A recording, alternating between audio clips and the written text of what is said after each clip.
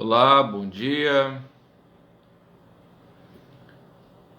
Bom dia a todos. Bom dia a todas. Estamos começando mais um Mateando com a Defensoria Pública, nessa quarta-feira bastante fria aqui em Porto Alegre. Hoje vamos debater um pouco de criminologia. Já já, nossa convidada acabou de entrar aqui, já vou chamar a Vanessa Cerezer, que vai dividir hoje os debates conosco, esse Mateando com a Defensoria.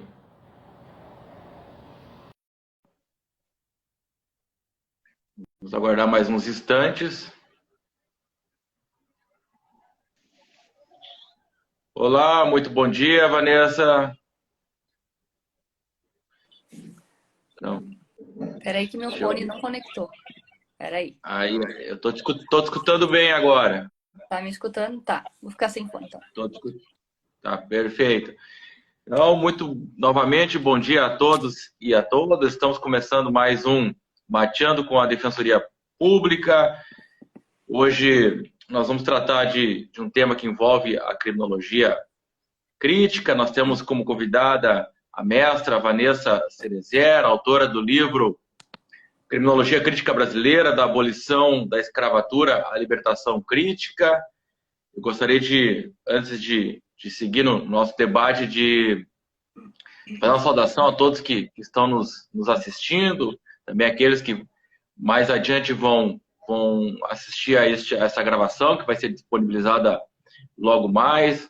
Uma saudação ao Defensor Público Geral do Estado do Rio Grande do Sul, doutor Antônio Flávio, que sempre tem fomentado os debates no âmbito tanto do direito penal, das ciências criminais, mas também da criminologia, por intermédio do Núcleo de Defesa Criminal. Um abraço também muito carinhoso aos colegas, estudantes, estagiários, servidores da Defensoria Pública. Então, Vanessa, estou bastante curioso e já aproveito para te parabenizar pelo lançamento da obra. A escrita, eu costumo dizer que é um processo absurdamente doloroso. Não é, a gente não imagina quando vai ter que produzir, tanto na dissertação, do mestrado, na pesquisa, né? Mas eu imagino que um livro ele tem ainda alguns ingredientes maiores, né? Porque ele tem de certa forma, um objetivo um pouquinho diferente, embora seja apresentar a pesquisa, né? Mas ele, enfim, né? A escrita ela tem essa particularidade de fazer aquele que escreve, o pesquisador, ele sofreu um pouquinho mais, né? Mas eu estou muito curioso, como estava dizendo, para te escutar, pelo seguinte, né? A gente tem muito, né, em matéria de ciências, de um modo geral, essa coisa eurocêntrica. A gente, quando se depara na criminologia, é assim, as nossas primeiras obras que são apresentadas, a gente vai lá, vai pegar o Barata, vai o próprio Nils Christie, mas é uma concepção de mundo que existe a partir da Europa, né, para a gente pensar a América Latina e especificamente o Brasil, e sendo que eles não tiveram, né, esse fenômeno social que é o regime escravocrata, como tu abordas na tua obra. Mas eu não vou me alongar aqui, mais uma vez te saudando e renovando o abraço muito afetivo àqueles que estão nos acompanhando. Eu vou te passar a palavra, né? Eu vou tomar meu mate aqui e vou te escutar. Fica bem à vontade, a Vanessa, que para quem puder falar um pouquinho da tua trajetória, mas eu vou te apresentar rapidamente, que a Vanessa é uma filha da Defensoria Pública e aqueles que passam pela Defensoria Pública são filhos e filhas eternos, né? Porque eu sei que a gente leva no coração pro resto da vida e aqueles que cruzaram pela Defensoria Pública, eu sei que levam sempre um carinho muito especial pela nossa instituição. Então, Vanessa, seja muito bem-vinda. Novamente, bom dia. E a palavra está contigo aí para apresentar a tua pesquisa, a tua obra. Fica muito bem à vontade nesse espaço da Defensoria Pública. Bom dia a todos e a todas. Primeiro, eu quero agradecer ao doutor Andrei pelo convite. Realmente, a gente trabalhou na Defensoria em 2015 e 2016 juntos, né? Eu ainda como estagiária na época, na terceira vara do júri. E certamente, não só eu como todos, né? Principalmente os estagiários, levam para sempre a Defensoria Pública, seja na atuação acadêmica, né, ou, né, enfim, atuação profissional, que não deixa de ser também atuação acadêmica, né, até porque a Claro. academia é um movimento ético, né. Bom, então eu vim apresentar, voltando um pouco ao que tu falou no início, realmente a pesquisa é um trabalho muito solitário, né, e escrever, principalmente dissertação, tese, é isso, né, principalmente para nós mulheres dentro da academia, né, muitas vezes aí tem um texto que eu adoro da Audre Lorde, que ela vai falar exatamente sobre a questão da mulher dentro da academia, né? É um texto curto, é uma conferência que ela deu, inclusive é o epígrafe da apresentação do livro, que é exatamente essa questão de como é difícil a produção acadêmica, principalmente quando ela foge um pouco do paradigma atual, né? E aí, vamos dizer assim, paradigma europeu dentro da tecnologia, né? Paradigma branco europeu, né? E masculino, querendo ou não, apesar de no Brasil e aí na América Latina puxando mais para Lola também do Rosa del Olmo, mulheres são muito bem reconhecidas, né? Dentro da tecnologia, principalmente a tecnologia crítica e tecnologia de libertação, né? Mas ainda assim algumas coisas falharam aí, né? E aí não só vamos puxar para a tecnologia positivista, mas também para a tecnologia de libertação e tecnologia crítica. Bom, eu vim falar um pouco hoje, então, sobre esse livro, antecipando o lançamento, que vai ser na sexta-feira, mas ele já está disponível aí para adquirir na Amazon, enfim. Também tem e-book. Então, primeiro eu vou trazer alguns pontos aqui, vou ficar meio olhando para o computador, porque eu quero que a gente abra espaço também para conversar sobre, né? Então, para não ficar só uma questão expositiva, ser mais objetivo, né? Então, primeiro eu quero informar que o livro em si, ele nos responde muito pouco sobre criminologia, né? Porque, assim como a dissertação, ela veio... Né? Na verdade, o livro ele é um resultado da dissertação. Só que, ao mesmo tempo, ele avançou um pouquinho, né, em alguns trechos novos, enfim, toda uma revisão do conteúdo. E na escrita dele, comecei a ter outros insights, assim, né?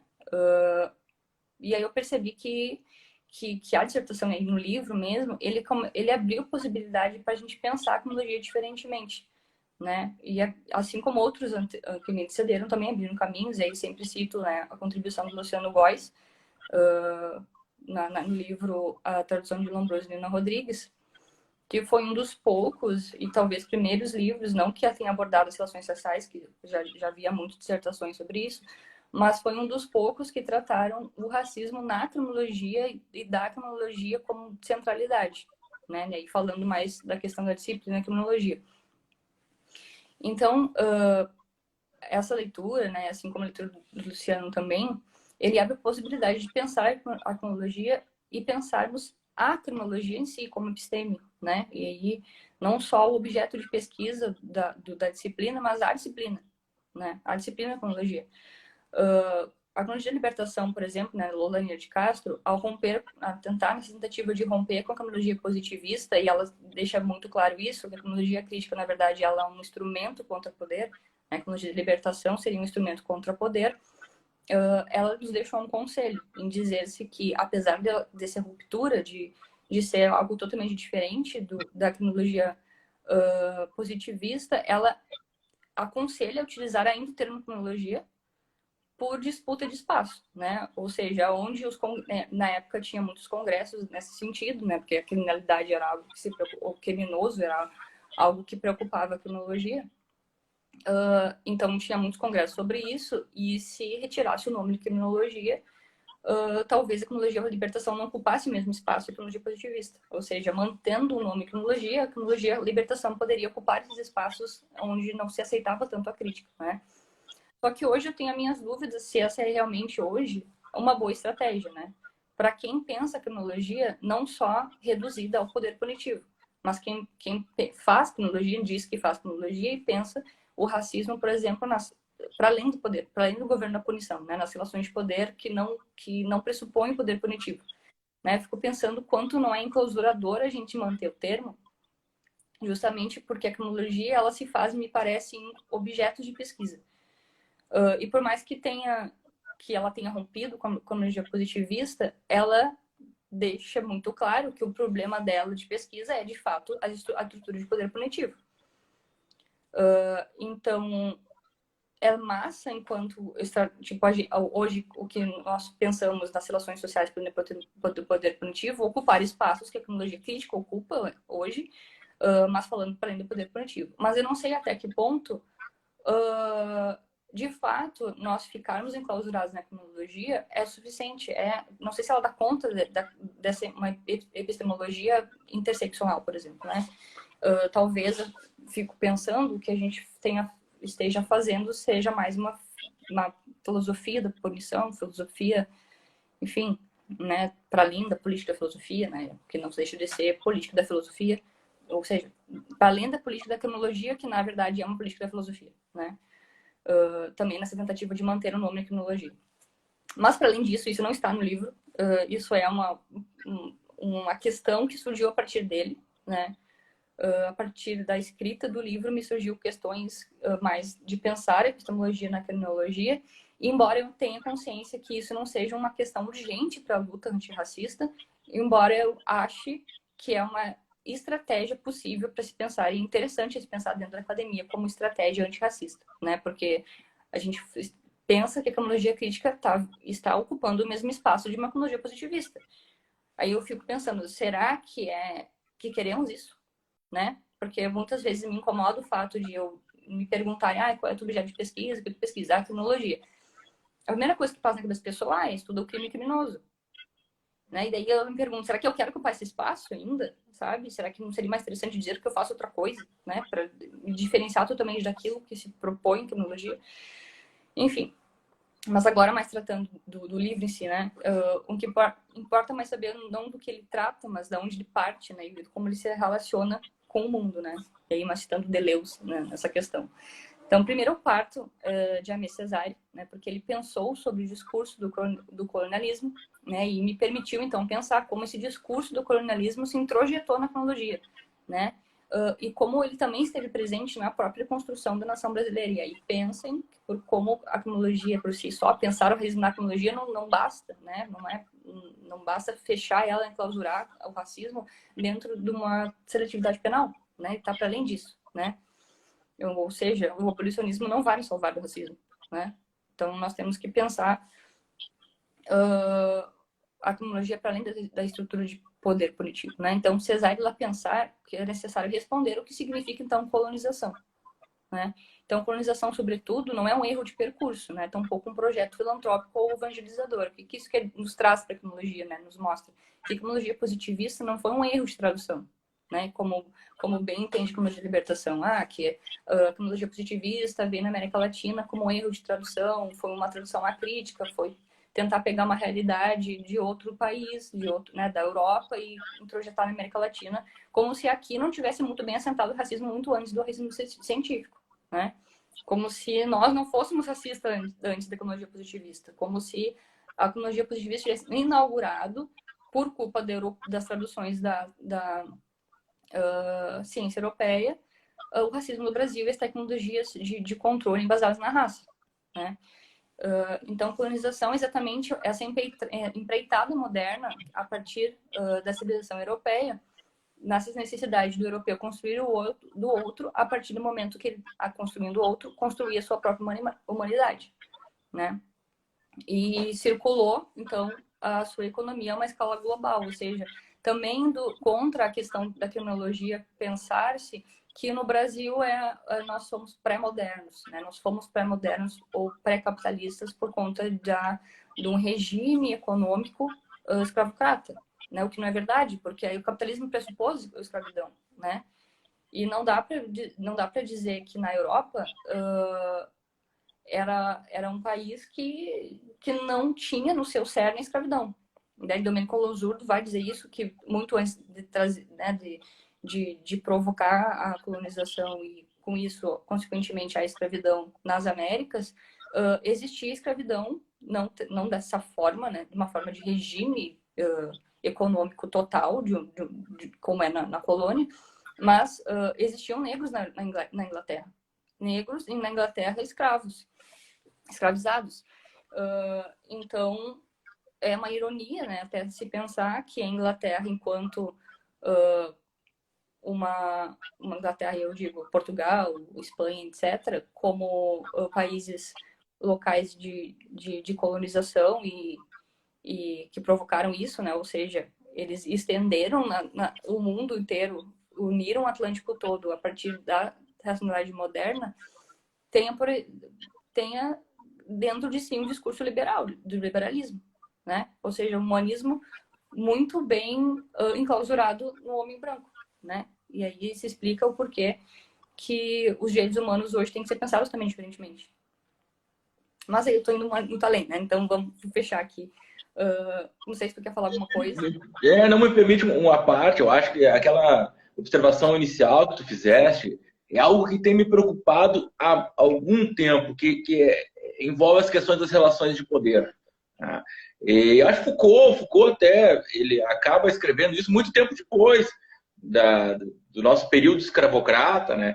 Que ele vai analisar essas relações de poder na sua capilaridade, na sua extremidade, ele deixa de lado só a concepção econômica, mais estrutural, a própria concepção política, e ele vai analisar a relação, nós podemos dizer assim, senhor e escravo. Né?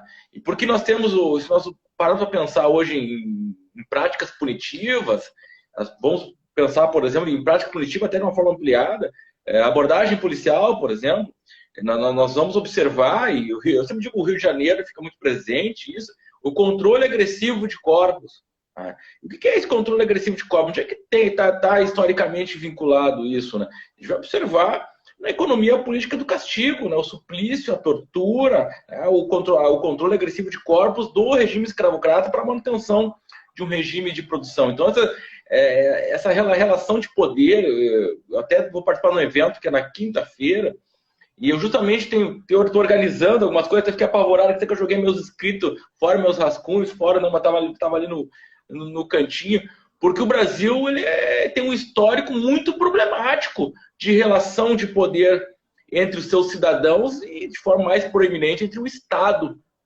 e os seus cidadãos, porque trata muito mal. Né? O exercício de poder é sempre abusivo no Brasil. Né? Mas eu te devolvo a palavra. Sim, não, o Foucault, inclusive, é um dos autores que eu uso no livro, mas para fazer alguns deslocamentos com ele, né? Porque, querendo ou não, Foucault tem uma visão eurocêntrica, né? Querendo ou não. Sim. Ele parte da Europa. Por isso que ele vai dizer que o primeiro campo biopolítico é Auschwitz, né? E, na realidade, a Mbembe vai dizer que o primeiro campo biopolítico é a colônia, a plantation. Claro. Né? Então, e aí, por isso que talvez exista tenha a ideia de que Mbembe, ao usar necropolítica, não faz mais nada do que o Foucault fez, que é a biopolítica. Né? Mas na minha concepção, eu acredito que trata, tipo, é uma questão de deslocamento, né? Enquanto para Foucault a questão do é biopolítica, é bio, né? Vida, para Mbembe, né? No local, aí, vamos supor assim, do olhar do colonizado, é necro, não existe local, né? Não existe lugar para produção de vida, assim. Então, não existe espaço para isso dentro do espectro colonial, né? Então, eu imagino que seja essa diferenciação, né? Eu acho que tem que se deslocar a biopolítica para a necropolítica. Eu acho que começa a pensar nas relações de poder dentro do Brasil, vamos supor, né? Dessa brasilidade, dessas relações de poder.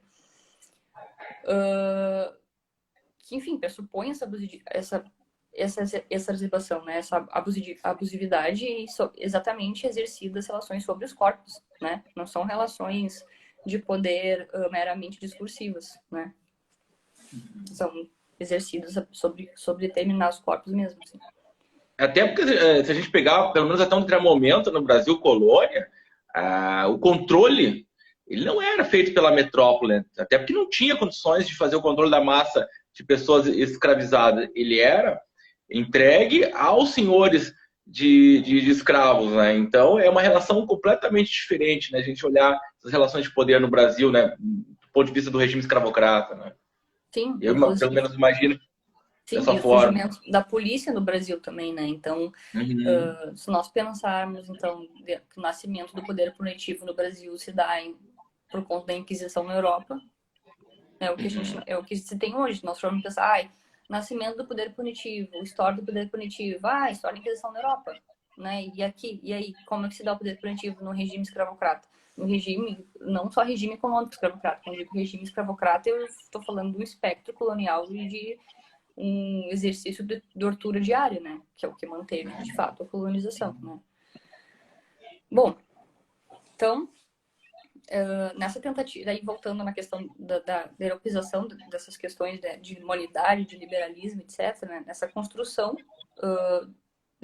de si, do si europeu, do branco europeu, né? Para muito antes da criminologia, a gente encontra, por exemplo, nas cartas de Privade de Caminha, né? Que descreve que os povos originários né, estavam nus, né, a descrição, né, tu não vai encontrar a descrição sempre, o branco, isso aqui, não, tu vai encontrar sempre a descrição do outro, né, e a partir dessa descrição do outro, consequentemente, o branco se coloca como oposto, né, como o ideal de um jeito universal, que o jeito que não precisa ser falado, que não precisa ser descrito, ele já existe, ele já é por existir, assim, ele já é por si só.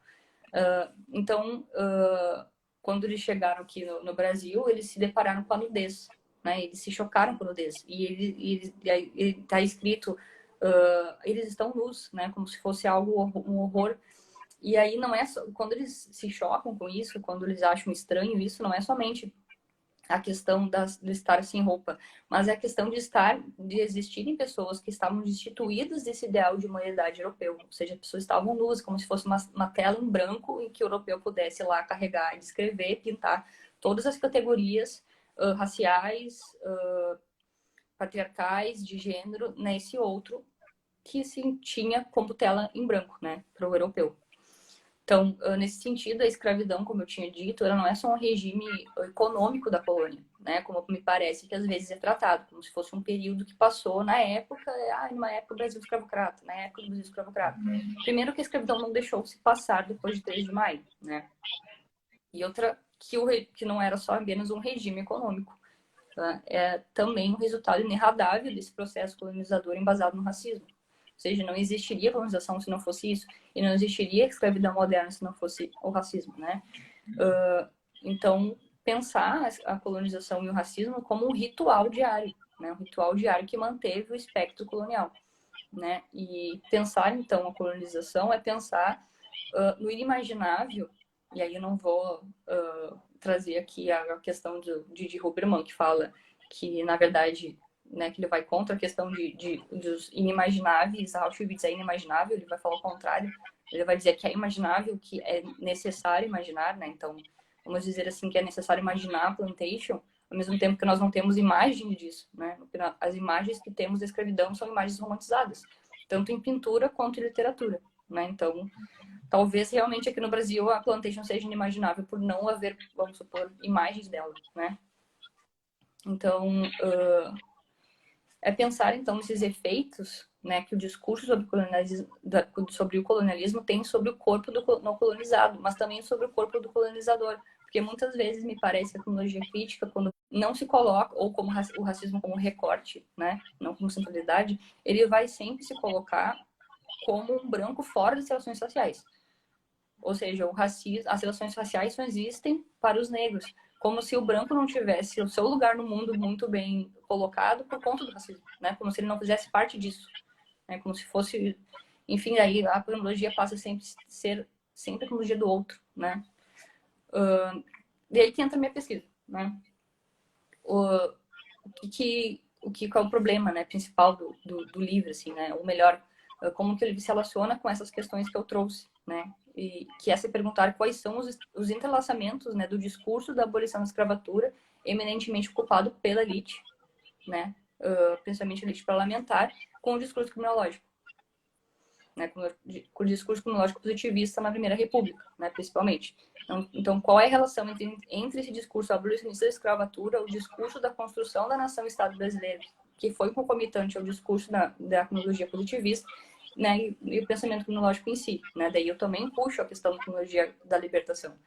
O que sai disso tudo, né? O que resulta isso tudo, né? Primeiramente, se verificou já desde o início, isso não é novidade, né? Tanto que já há tempos, o 13 de maio não é um dia a se pensar, né? Um dia a se refletir, por nunca ter chegado de fato à abolição, porque a abolição foi feita de forma a não ser a ruptura do que se havia antes, e que não havia nada de humanismo no discurso. Talvez houvesse muito de humanismo no discurso, justamente aquele humanismo que Cesare Millan vai falar, que é nessa construção endógena do ideal europeu, né? Isso tinha já dentro dos discursos parlamentares na abolição da escravatura, né?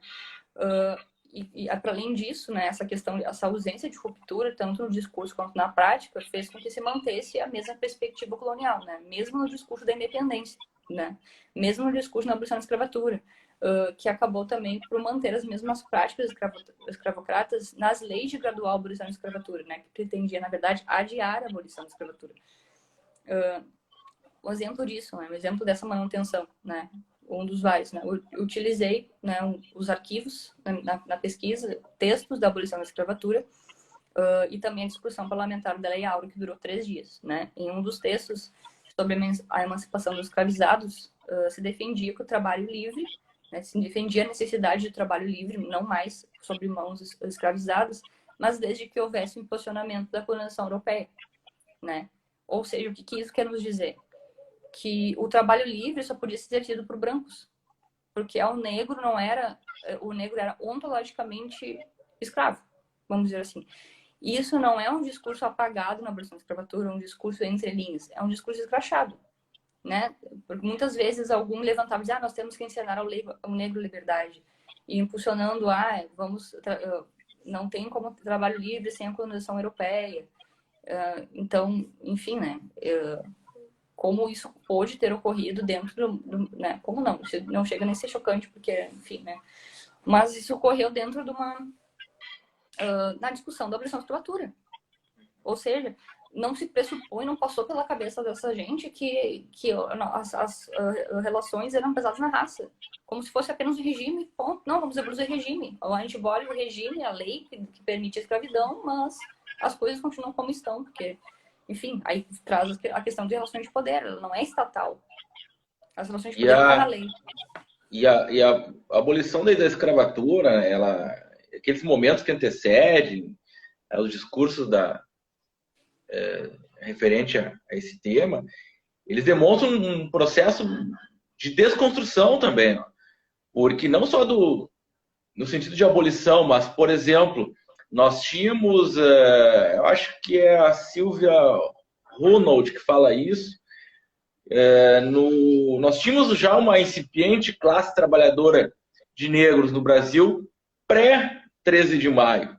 E com o 13 de maio, ocorre a partir do 13 de maio, melhor dizendo, ocorre a desconstrução dessa classe trabalhadora. É num período de 10 anos, e aqui os dados que a gente tem é muito voltado para a cidade de Rio de Janeiro, que era então a capital da República, mas no intervalo de 10 anos a gente vê praticamente a classe de o proletariado brasileiro, ele, em termos de pessoas negras, ele cair de 70%, 60% para 10%.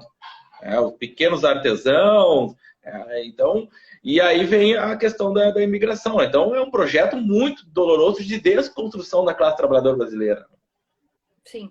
Né? E se for pensar ainda mais que no período de abolição, aí, nas leis ainda, antes da Lei Áurea, no período das leis graduais, assim, de impedir a abolição da escravatura, era previsto que o ex-cativo, ou aquele que estava pretendendo a liberdade, alugasse o trabalho para outra pessoa. Né? E mesmo com a liberdade, ele teria que estar ocupado em um aluguel de trabalho ou para o governo ou para outro, sob pena de ser colocado numa casa de correição, ou seja, né, o alugar o trabalho, ele era propriedade do Estado e passou a ser, né, enfim, propriedade do Estado, na verdade, né? Ou seja, o liberto deveria estar realocado no mercado de trabalho, mesmo após após a Lei Áurea, por mais, ou seja, é como se fosse uma ratoeira, porque ao mesmo tempo que tu abole a escravatura e pensa, não, coloca a lei da vadiagem, ao mesmo tempo tu pega e impulsiona a imigração europeia, entendendo que só trabalhadores livres tinham que ser brancos, né? E aí, isso faz perceber que, como as práticas punitivas no Brasil, elas estão ligadas para além do cárcere de fábrica, né? Que a gente costuma sempre usar Rush Kitchami e o nosso Pavarini. Elas estão ligadas, na verdade, na escravidão e na abolição da escravatura, né? Esses são os eventos, né? Conquista, escravidão e abolição da escravatura são os eventos, 3 eventos, que não podem deixar de ser abordados pela cronologia crítica. E que, de certa forma, foram. Em que pese possa ter sido não, tá, nós somos um país, nós somos da América Latina, é um país colonial, beleza, tá, mas aí, quando eu vou tratar do cerne da questão, eu trato do cárcere e fábrica, né? Me parece que muito aconteceu isso com a cronologia crítica, né? Trouxe uma história universal das instituições penais, né? A partir de um poder punitivo europeu, como se decalcou. Na verdade, a cronologia crítica, a cronologia da libertação, ela fez exatamente aquilo que ela acusou que a cronologia positivista fez. Né? Que quando a cronologia libertação disse que, na verdade, a cronologia positivista não passou de um mero erro de tradução ou de uma mera decalcação de um pensamento europeu, acrítico, enfim, se pegou a teoria acriticamente e implantou aqui como se não fosse daqui. Na verdade, quem fez isso foi a cronologia crítica. Né? Ela decalcou uma realidade europeia, das instituições penais europeias, e passou para cá. Né? Passou para cá, grudou aqui, como se aqui houvesse, de certa forma, a mesma regime econômico que lá. Ao mesmo tempo que o Rutkit vai falar que, né, estrutura econômica, estrutura social vai indicar qual o tipo de punição. Mas aí parece que nessa parte esqueceram de puxar o Rutkit, porque esqueceram de que, né, no Brasil existia na colonização e escravidão. Mas enfim, né? E aí isso tudo, né? Essa ideal das práticas punitivas no Brasil foi que, a partir do estado de construção do Estado-nação brasileira, embasado no racismo, foi que se produziu, né, o que o Vera Malaguti vai chamar de uma república excludente, né? Então, essa identidade aí, para além da construção do crime no criminoso, né, a construção da identidade brasileira, né, e não era uma identidade que se pretendia ser a partir da ancestralidade negra ou dos povos originários, né? A identidade brasileira é a identidade do seu colonizador, né? E portanto, deveria ser embranquiçada, né? Embranquecida, né? O que impulsionou as práticas do embranquecimento no Brasil, que na verdade não são nada além de um genocídio, né? E aí, muito antes da construção do Estado-nação brasileiro, né? A gente vai pensar isso nos voluntários da pátria, né? Em genocídios dos cativos, né? Que pretendiam ser libertos após a guerra.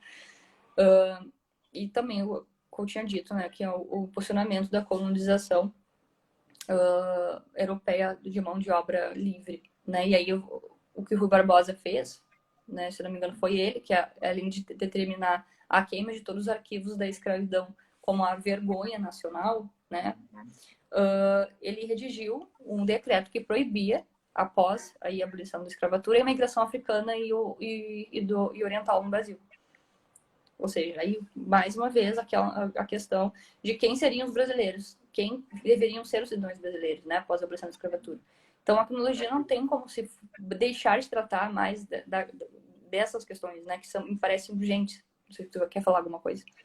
Não, essa questão dos decretos, a gente fala muito que nós não tivemos o sistema de Jim Crow no Brasil, mas nós tivemos alguns decretos que estabeleceram um apartheid, né? Porque não permitiu a entrada de imigrantes negros no Brasil, né? E apenas imigrantes brancos, né? Então, a gente vai olhar, botando uma lupa ali, claro que o apartheid no Brasil é outro, o violento sistema de segregação ele é outro, e e ainda acontece a segregação de espaços, determinados espaços públicos à população negra. Né? Mas eu só lembrei falaste em Rui Barbosa, que tem alguns discursos que chocam, né? Me chocam muito, né? O historiador, o pesquisador, enfim, né? Mas vamos lá.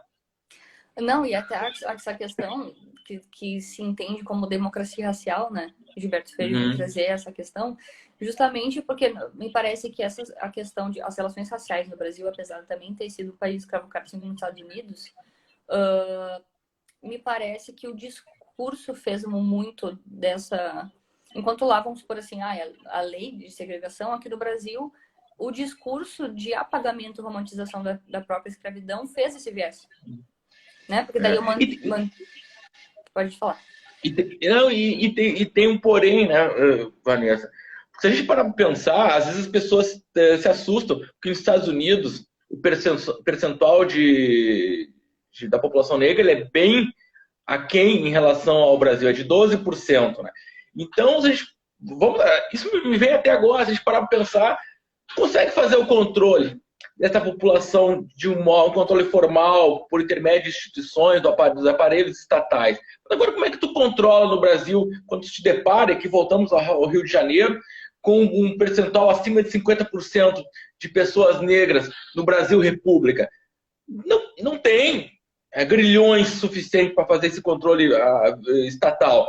Vai ter que ser por intermédio da ideologia. Então, aí vem o quê? Discurso da democracia racial. A partir de agora, legal, somos todos iguais, os espaços paulatinamente vão ser ocupados por todos no Brasil. Quando, na verdade, é um projeto de sonegação de educação, um projeto de sonegação de bens, né, de propriedades rurais, ou seja, bens de produção, de sonegação de espaços políticos, que a gente observa até hoje, né? E até tem um dado, a única coisa que não foi sonegada é a prisão à população negra.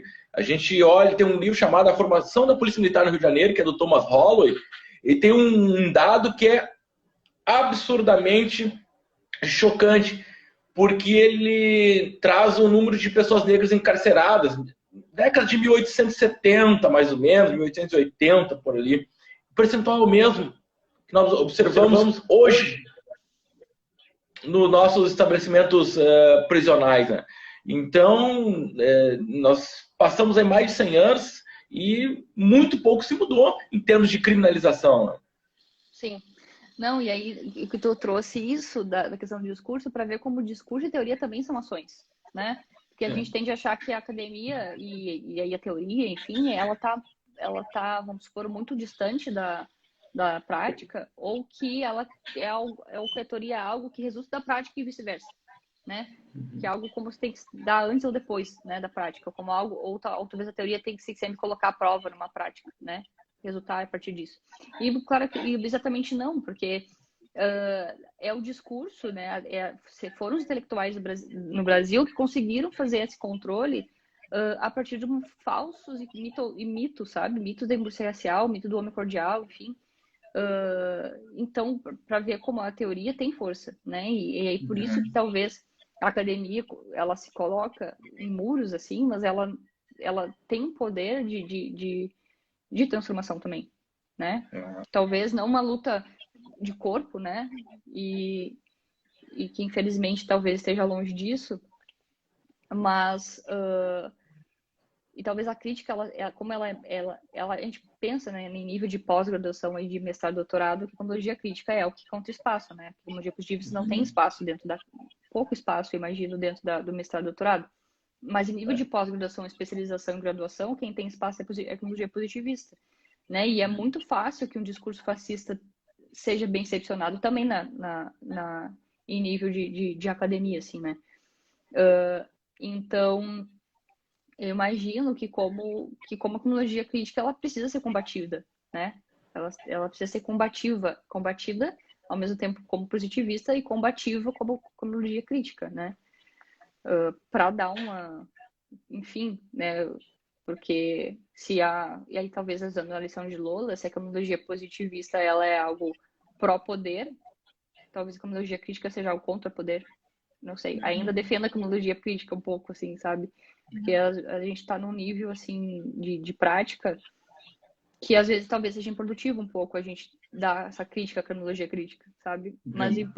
Mas eu penso que em nível de teórico, assim, eu acho que a gente tem que começar a avançar, assim, sabe? Porque se nós não avançarmos, a gente dá uma crítica, dá aquela crítica, assim, talvez tímida, sabe? E muito limitada.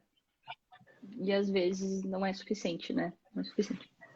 Enfim, tá, vamos chegar ali na tecnologia da libertação, né? Será que, e aí a questão é, também tá dizendo a questão que eu disse agora, será que de fato houve tecnologia, será que houve mesmo libertação no pensamento tecnológico ou do pensamento tecnológico, né?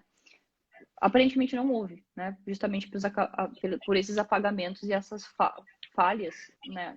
Essas falta de crítica em pontos que são centrais, assim, né? E Máximo Souza, ele já tinha diagnosticado que a tecnologia crítica ela fez novas viagens culturais na Europa e nos Estados Unidos para uma produção crítica na margem, justamente porque a única proposta, parece que a proposta principal da tecnologia de libertação é se colocar teoricamente contra a tecnologia positivista, né? Mas o que também foi verificado foi também esse certo silenciamento diante do racismo como prática na colônia. Ou seja, apesar de ter se defendido, ser dito que a tecnologia de libertação é algo que se faz local, a partir do local e a partir da realidade marginal, me parece que faltou realidade marginal. Né? Me parece que contribuiu para a construção do etiquetamento marginal, né? Como se nossa construção do pensamento fosse subalterno, tão somente.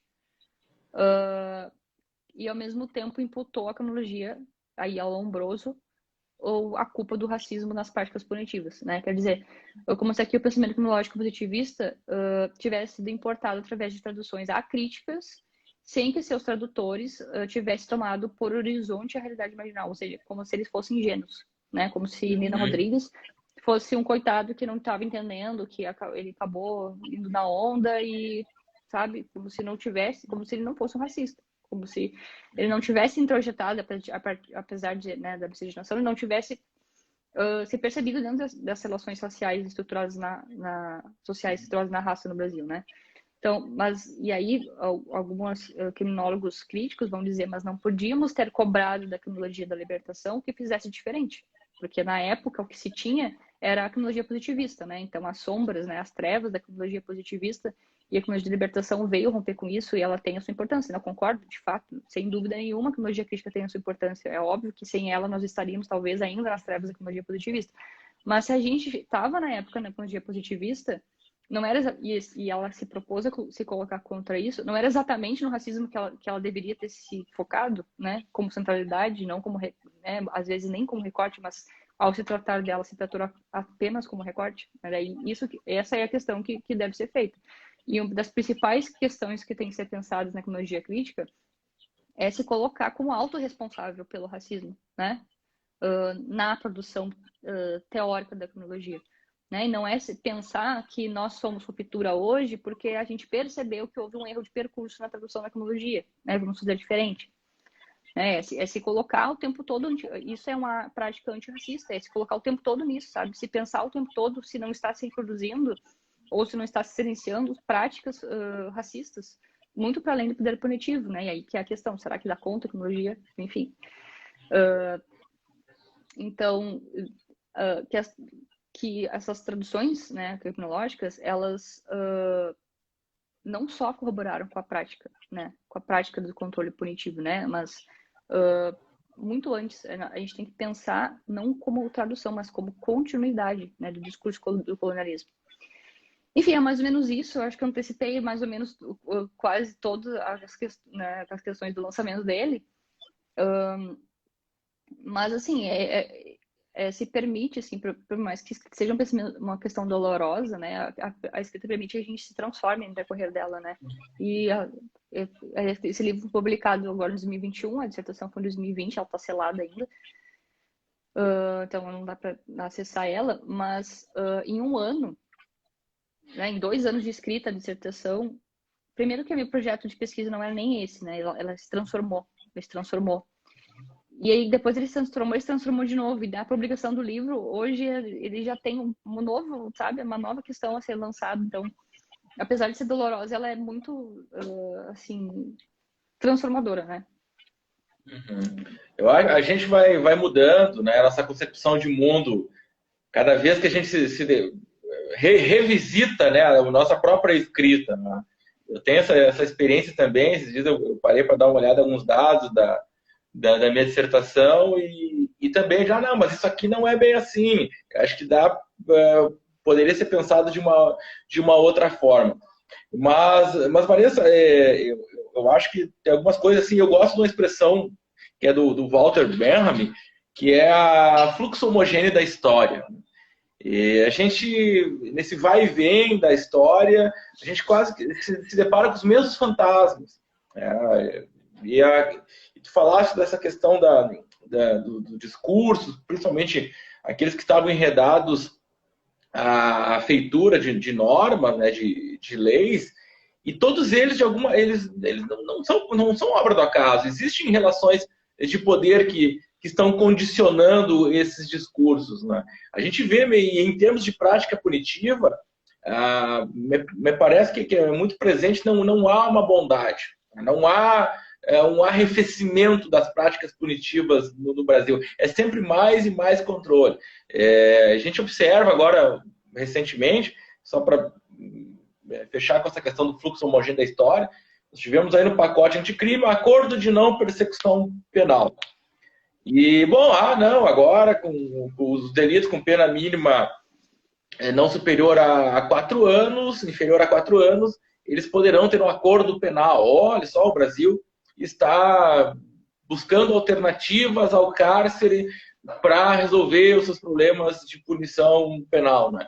Não é bem assim, porque tu vai te deparar com algo que era para ser consensual, que era para ser do âmbito de construção conjunta, ou seja, entre Estado e cidadão, ainda que tivesse intermediado por instituições, né?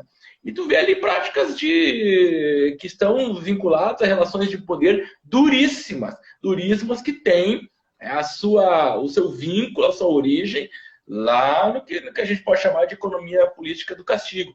A gente vai pegar essas questões, por exemplo, que a gente vê aí nessa última operação que teve no Jacarezinho, tá? Com quase 30 pessoas mortas, e eu sou muito claro em dizer que é um grande fracasso em matéria de segurança pública. Quando você tem uma operação, independente de qual categoria se possa colocar aquelas pessoas. Independente, ainda aqui, ó, dando corda. Não, vamos colocar essas pessoas na categoria do senso comum, bandidos ou banidos da sociedade. Né?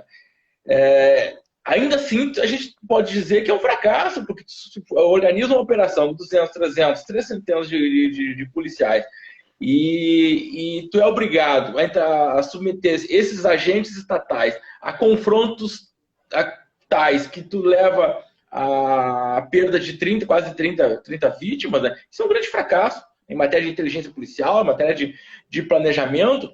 Isso é uma forma de observar. Mas a outra forma de olhar isso é que ainda nós temos, né? Então, no Brasil, essa perpetuação dos efeitos da escravidão, onde existem espaços sociais, né, dentro dessa cidade partida, né, onde vige ali verdadeiro regime de exceção. Né, onde eu uso muito a expressão policialismo, né, que é uma patologia, né, de sonegação de direitos, né? Porque eu trato todas as pessoas que estão dentro desse espaço de exceção, desse espaço territorial de exceção, e quando a gente fala espaço territorial de exceção, nós precisamos pensar regime escravocrata, né? Que uma parcela da população era reificada, era tratada como mero objeto, ou seja, não portador de direitos, e essas pessoas, então, elas são discriminadas de forma genérica, elas são tratadas como suspeitas, ou seja, não existe ali princípio da presunção de inocência, porque elas sempre são olhadas como o criminoso, né, a ser controlado, né, a ser abordado. E aí, quando a gente fala em abordagem, a gente lembra, né, mais uma vez, do regime escravocrata, que é controle agressivo de corpos. Parado, polícia, levanta a mão, vai para a parede. Isso feito de uma forma indiscriminada, nos reporta a rotina de trabalho, ou a rotina de trabalho das pessoas escravizadas para manter o regime de produção, que era de forma agressiva, através do castigo. Era o castigo que fazia com que elas produzissem, né, que perpetuassem a unidade produtiva. Né? Deixa eu ver como é que nós estamos de horário aqui. Bom, Vanessa, se você quiser fazer algumas considerações finais e tal, fica à vontade. Não só essa questão que tu falou do acordo na persecução penal, tem a questão, isso aí é problema da reforma, né? Claro que reformas são necessárias, política, mas a gente, né, em âmbito de raciocinar sobre isso, né, de pensar sobre isso, até que ponto as reformas de diminuição de danos não são capturadas pelo mesmo regime que nós estamos tentando reduzir os danos, né? Então, e talvez, será que elas não servem a isso mesmo, né? Para tornar mais palatável o poder punitivo, né? E Foucault tem um texto dele, agora não lembro o nome, mas tem um texto dele muito bom sobre isso, que ele vai dizer que não se trata de tornar mais palatável essas questões, não se trata de jogar o jogo da punição, é negar o jogo. né? Não é tentar jogar ele de forma mais branda ou, né, mínima, no estado penal mínimo, vamos dizer assim. Trata de não jogar o jogo, né? A questão é essa. Enfim, né? Daí a questão dos juristas vai ser exatamente reforma, né? Mas aí me parece que nós temos que diferenciar quem é o criminólogo do sociólogo, né? Da punição. Né? O criminólogo, muito se pergunta a criminologia crítica, mas o que vocês vão fazer com isso? Vocês só criticam, vocês não dão solução nenhuma, mas não é o nosso papel dar solução nenhuma, né? Nosso papel é exatamente colocar contra isso. Isso não está certo, isso está errado, isso não pode, não quero jogar esse jogo de punição, eu não preciso dar... Quem tem que me dizer o que tem que fazer, é aí que o Foucault vai dizer, essa estratégia de dizer ao criminólogo o que vocês vão fazer com isso, é exatamente a estratégia de colocar, que o governante faz ao colocar na mão do cidadão o que deve ser feito. Mas não é a gente que tem que dizer o que deve ser feito, né? Não é nosso papel é colocar contra isso. E a outra questão, só para fechar, que eu esqueci de dizer, que é uma questão que sempre cito, né, por choque, entre aspas, né, de nós pensarmos que a criminologia positivista no Brasil não se prestou só à questão criminal, se prestou muito para além dela, é um livro de Nina Rodrigues, né, Os Africanos no Brasil, que uma das edições no prefácio de Alfredo Peixoto, ele vai falar assim, que ele ficava indignado, né, ele não entendia por que o Brasil, que tinha os índios em nossas florestas e os africanos e os negros africanos nas nossas cozinhas, não se tivessem estudado essas pessoas. Ele vai falar no finalzinho do prefácio que o negro não é só um objeto econômico a ser explorado, mas sim um objeto de pesquisa, né? Um objeto a ser estudado. Então, muito para além de Lombroso, né? A preocupação do Nino Rodrigues não era entender quem era o criminoso do Brasil e, consequentemente, fez uma pesquisa lá equivocada, traduzida equivocadamente, e entendeu que o negro era o criminoso do Brasil. Não, ele deixa bem claro. Ele queria entender qual era o nível de degenerência da nação brasileira, daí voltando à questão da identidade brasileira branca, a partir da miscigenação com os povos africanos, né, com os povos negros. Então, ele vai deixar bem claro que o objeto de pesquisa dele é o negro, não é apenas ou só o criminoso, né? Enfim. Daí... Não, e a gente pega o Nina Rodrigues, né? E acho que até é um bom ponto de partida para a gente até pensar em termos de imaginário social de construção do criminoso no Brasil, né? Porque eu lembro, acabei de recordar, uma vez eu estava numa palestra e lá pelas tantas, um aluno acadêmico levanta a mão, ele era policial, não, mas a gente não... Quando eu entro de serviço, a gente não combina de fazer abordagem de pessoas negras. Não, é que, na verdade, isso já está internalizado, esse é um ponto, já está internalizado. Tá? E está internalizado dentro de um espaço territorial onde pessoas negras vão ser encontradas, porque a abordagem se dá nesses espaços. Né? Então, existe uma sofisticação nessa construção que ela é ao longo do tempo, né? Ela é internalizada, mas onde foi? Não, mas por isso que eu falei ponto de partida, que vamos voltar mais de 100 anos aí, vamos dar uma observada no que foi produzido pelo Nina Rodrigues para começar a refletir o que a gente observa hoje em termos de política criminal no Brasil. Aliás, tem política criminal que precisa de um fair play, porque algo, às vezes, até algumas questões são muito evidentes. A gente sai da ranca de 90 mil presos na década de 90 do Brasil, e hoje aí, se a gente pegar a população carcerária dinâmica, que é o entra e sai ao ano, certamente nós temos 1 milhão de pessoas que frequentaram os nossos estabelecimentos prisionais. E aí a gente olha para o lado, a população brasileira não cresceu tanto assim, né, nessa mesma proporção, e pergunta para o vizinho, para alguém, um transeunte na rua, o senhor se sente mais ou menos seguro? É óbvio que todos vão dizer que se sente menos seguro do que da década de 90. Existe até um saudosismo em termos de política de segurança pública, alguns até muito delicados, né? Que nos remete até períodos de exceção. Mas só que as pessoas não se dão conta que essa construção de mais e mais punição, ela foi alimentando, né, o próprio sistema da criminalidade. A gente observa questões de facção. A facção, as organizações criminosas, elas são, em grande medida, um produto do próprio Estado, das próprias ações do Estado, né, que segrega de forma intensa as pessoas, né, sonega direitos básicos a sobrevivência do ser humano. Essas pessoas se reorganizam dentro do cárcere e depois projetam essas relações para além dos muros.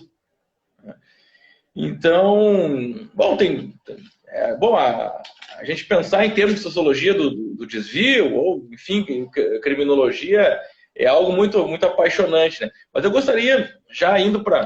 Deixa eu ver como é que estamos no horário, que já indo para o final da nossa live, Vanessa, te parabenizar, né, pelo teu problema de pesquisa que foi colocado e que depois é transportado para esse livro, com as mudanças que tu bem mencionaste. Eu já estou convencido, pelo menos há um bom tempo, que no Brasil a gente for discutir talvez a grande maioria dos temas. Vamos discutir educação, política, economia e, sem dúvida, criminalidade. A gente tem que pensar em um grande princípio estruturante, pensar até mesmo daqui a pouco em termos de fato social total, ou seja, um fenômeno regendo todas as nossas relações, que é o regime escravocrata.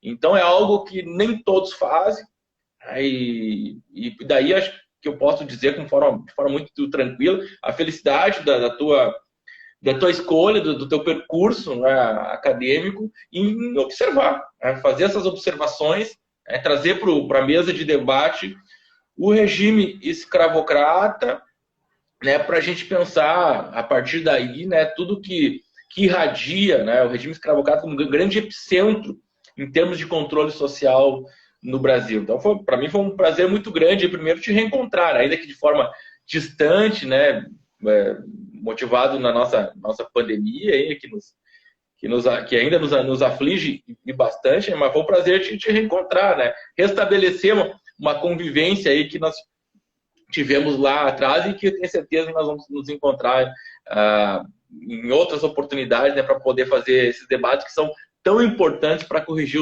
os rumos do Brasil em matéria de segurança pública, política criminal, própria questões acadêmicas, né, em torno da criminologia. Não, eu que agradeço o espaço.